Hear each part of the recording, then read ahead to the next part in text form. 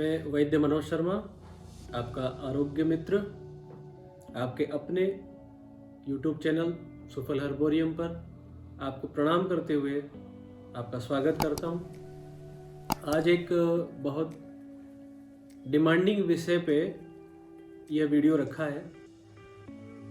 Parents बहुत चिंतित हैं, बच्चे उनके बार बार बीमार होते हैं। क्या पेरेंटिंग में कहीं प्रॉब्लम है?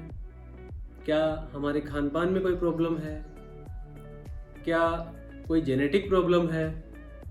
इस तरह के बहुत सारे सवाल पेशेंट के जो बच्चे हैं उनके पेरेंट्स के आते हैं। कभी कभी तो पेरेंट्स को मुझे कड़वा भी बोलना पड़ता है और उसका रिजल्ट भी मिलता है, क्योंकि लाड प्यार में हम कभी कभी जो आहार ले रहे हैं या जो औषधि की टाइमिंग होनी चाहिए वो हम बिगाड़ देते हैं बच्चे की डिमांड के अनुसार, जबकि हमें ऐसा नहीं होना चाहिए।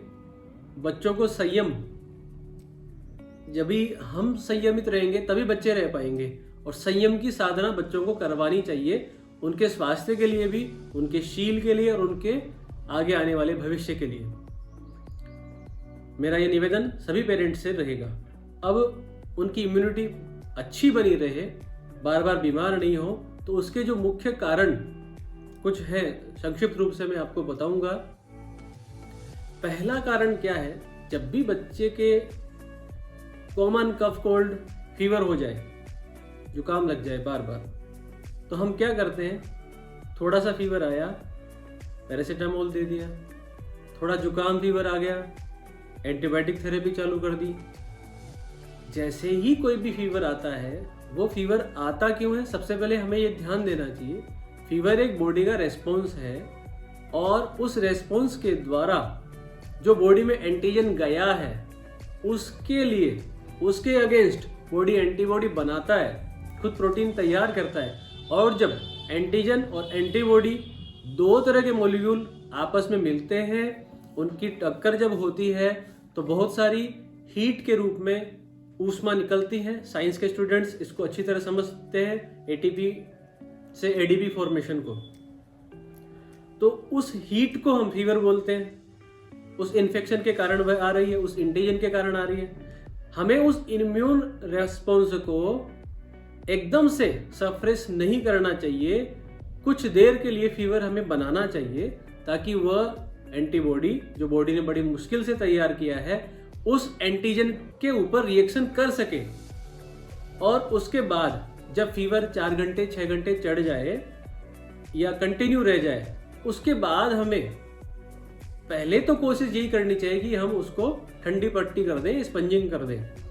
फिर भी नहीं पार पड़े, तब हमें डॉक्टर से कंसल्ट करके जैसा भी हमें ट्रीटमेंट लेना हो, चाहे आयुर्वेदिक लेना हो, चाहे एलोपैथिक लेना हो, लेना चाहिए। अब इसके आगे की बात, हमने कोई भी थेरेपी ली तो हमें जो बच्चे को आहार देना है उसका भी हमें ध्यान रखना है। चाहे डॉक्टर हमें बताएं चाहे नहीं बताएं, हमें अपने ज्ञान को समृद्ध करना है, ताकि हम किसी भी तरह से ठगे नहीं जाएं, स्वस्थ रहें। ध्यान क्या रखना है?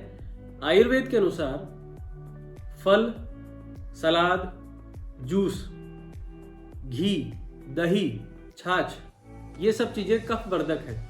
कॉमन कफ कोल्ड फीवर की कंडीशन में हमें इनका यूज नहीं करना चाहिए। बच्चे कितना भी जिद करे, थोड़ा समझाना चाहिए, थोड़ा संयम सिखाना चाहिए।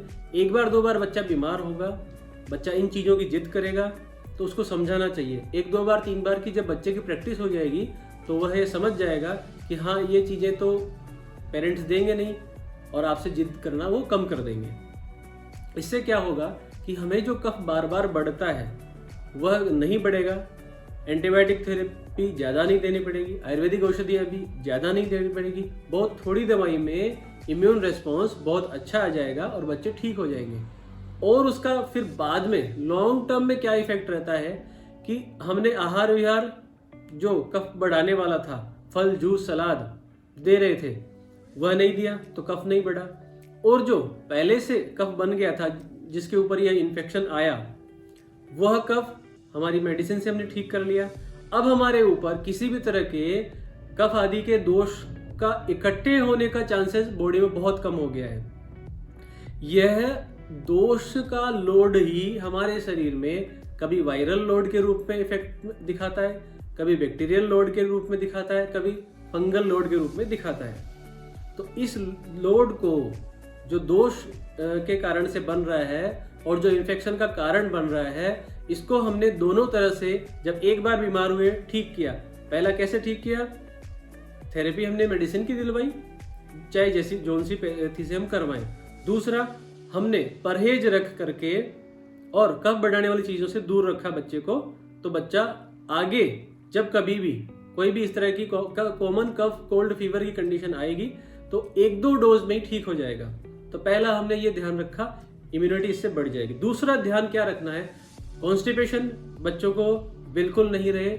मॉर्निंग टाइम में फ्रेश होना, बच्चा जाना जरूरी है, वैसे सभी के लिए ही जरूरी है, लेकिन बच्चों में यदि कॉन्स्टिपेशन रहता है, पेरेंट्स को भी सुबह जल्दी रहती है, सब आजकल वर्किंग लोग होते हैं, तो वो जब बच्चे स्कूल से जब वापस आते हैं तब वो फ्रेश होने जाते हैं। अब आप सोचिए कि जब बॉडी से जो स्टूल पास होना चाहिए था, जो यूरिन पास होना चाहिए था मॉर्निंग टाइम में, लगभग 12 घंटे हमें फीड इनटेक किए हो गए, और वो जो 12 घंटे में होने वाला आउटपुट था, इवैक्यूएशन बॉडी से होना था, वो 18 घंटे बाद हो रहा है। तो जहां पर भी, मैंने पहले भी चर्चा करी है वीडियोस में, कि जहां भी दोषों का संग या संघात बनेगा तो वहां कोई ना कोई ऐसा माइक्रो ऑर्गेनिज्म जो रोग बनाने वाला हो, बैक्टीरिया के रूप में या फंगस के रूप में या वायरस के रूप में, वो जरूर आएगा और वह इन्फेक्शन पैदा करेगा और बच्चे बार बार बीमार पड़ेंगे।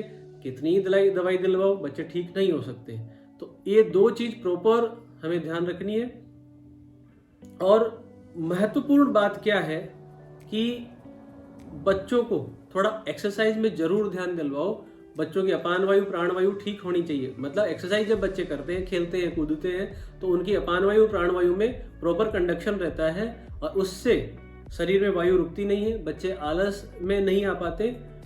ये चीज हमें ध्यान रखनी है वायु के रोकने की, नहीं रुके वायु में, प्रॉपर प्राण वायु प्राण के वायु के रास्ते से, अपान वायु के रास्ते से प्रॉपर निकलती रहे। अब एक और महत्वपूर्ण विषय, जो चौथा पॉइंट है हमारा, वो आपको मैं बताता हूँ बच्चों की इम्यूनिटी बनी रहे उसके लिए, कि बेकरी और कन्फेक्शनरी की जो चीज़ें हैं ये बच्चों को कम से कम खिलाएं, क्योंकि ये हायर कैलोरी की चीज़ है और लोअर फाइबर की चीज़ें हैं। और आयुर्वेद में ये पिष्टान्न से बनती हैं, बहुत बारीक पिसा हुआ अन्न हो मैदा की तरह, उनसे ये बनती है। और पिष्टान्न आयुर्वेद में पिसा हुआ बारीक अन्न जो है, वो यह कहा गया है कि यह अपान वायु को रोकता है।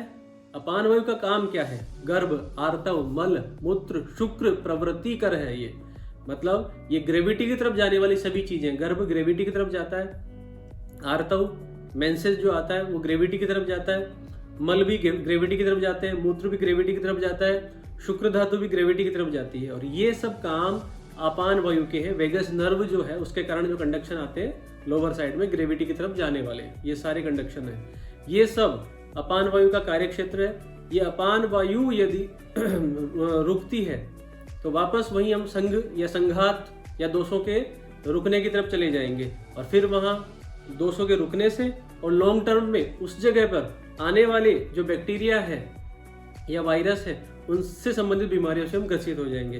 तो ये 4 महत्वपूर्ण बिंदु आप ध्यान रखिए। इससे आपको थोड़ा सा बच्चों को एजुकेट करना पड़ेगा, थोड़ा आपको भी संयम रखना पड़ेगा, लेकिन आप अपने बच्चों को स्वस्थ रख पाएंगे, उनको दीर्घ जीवन दे पाएंगे। इससे खुशहाली रहेगी, आपको भी स्ट्रेस नहीं आएगा और बच्चे बहुत कंसंट्रेशन, बहुत अच्छी कंसंट्रेशन के साथ में विषय वस्तु जो भी वो पढ़ेंगे उसको लर्न कर पाएंगे।